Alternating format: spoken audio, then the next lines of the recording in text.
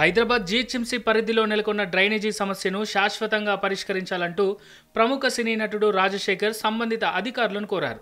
Jubilee Hills road number 70లోని అశ్విని హైట్స్లో drainage leak సమస్య చాలా కాలంగా ఇబ్బందులకు గురి చేస్తుందని, దీని గురించి అధికారుల దృష్టికి తీసుకెళ్లినా చర్యలు తీసుకోవడం లేదని ఆయన ఆవేదన వ్యక్తం చేశారు. సీరియస్గా ట్వీట్ చేశారు.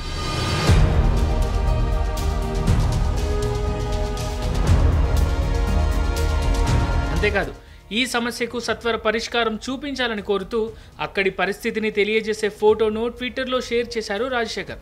అలాగే తన పోస్టుకు జీహెచ్ఎంసీ మేయర్ విజయలక్ష్మి, కమిషనర్తో పాటు తదితర ఉన్నతాధికారులను ట్యాగ్ చేశారు.